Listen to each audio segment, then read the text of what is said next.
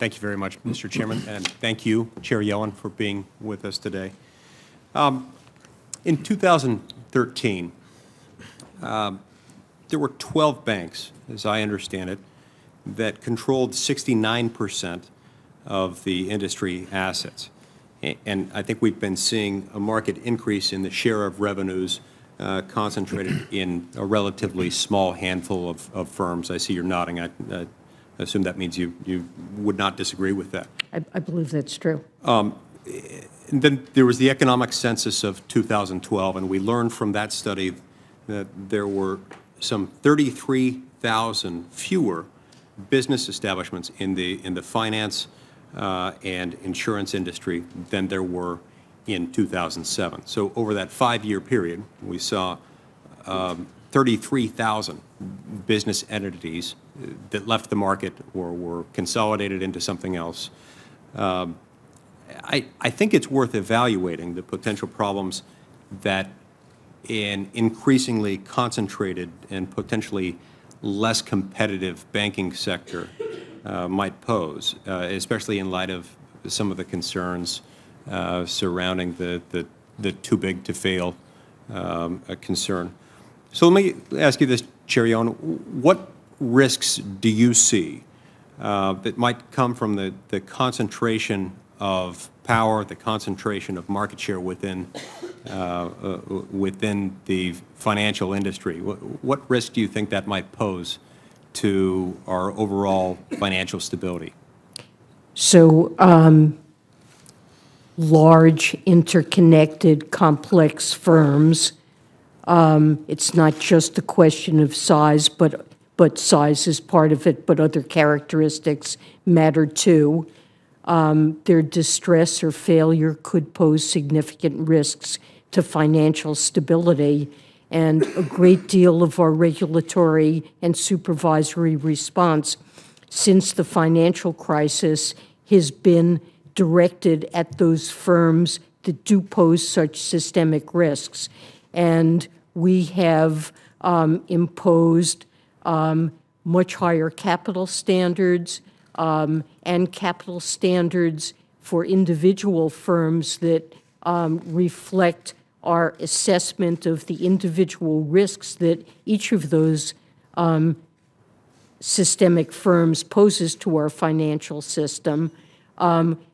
Because of the risks they pose, they need to have a lower probability of distress, to be better managed, to have more liquidity, to have resolution plans, that we need to make sure these entities are resolvable and diminish their risk of failing. And we have, through our stress tests and capital requirements, resolution plans, living wills, and other things, have improved the safety and soundness, especially of those institutions. Let's talk about those efforts for a minute. You mentioned stress tests in particular.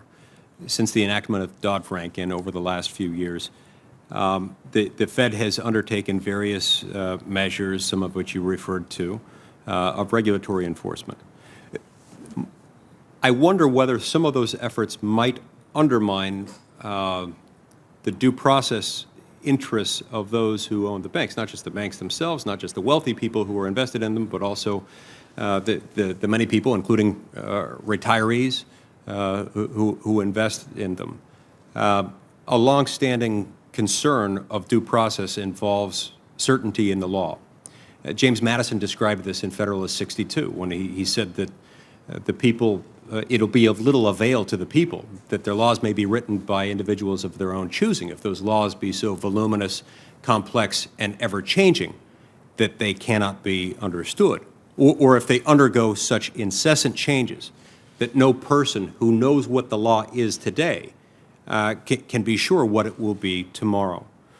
My understanding of these stress tests is that the standards are constantly changing, and there's kind of a black box. And so they don't know what the law is today, and they know even less about what the law will be tomorrow.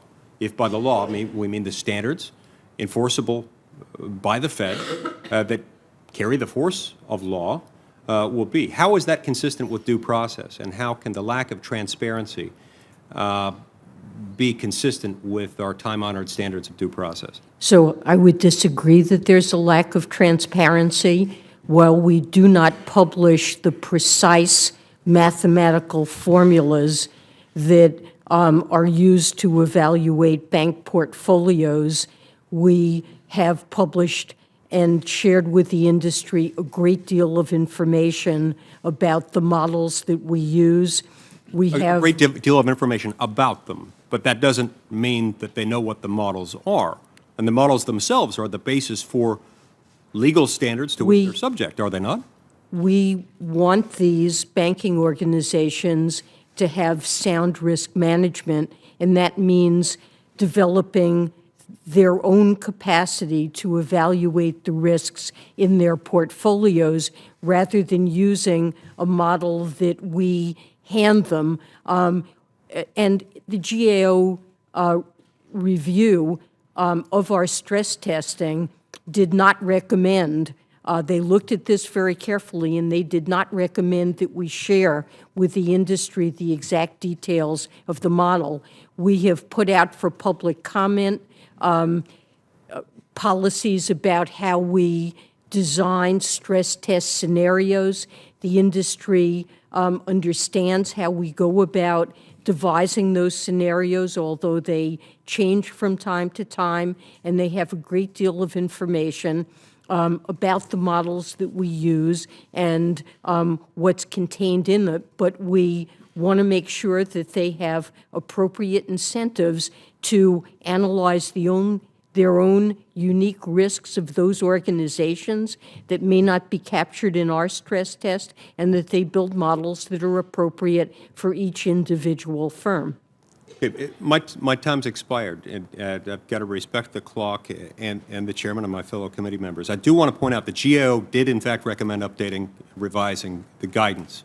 And I also want to be clear that I understand you've got a difficult job to do, and I understand these are very important things. But I don't think we can overlook the fact simply because something's important doesn't mean that we can subject the American people to laws that are constantly subject to change, laws that are not even written by individuals of their own choosing, laws written by people who are unelected and therefore unaccountable to the people. Doesn't mean they have bad intentions.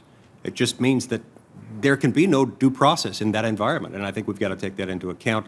We need to be very mindful of that and look for ways to reform it. Thank you. Thank you, Senator.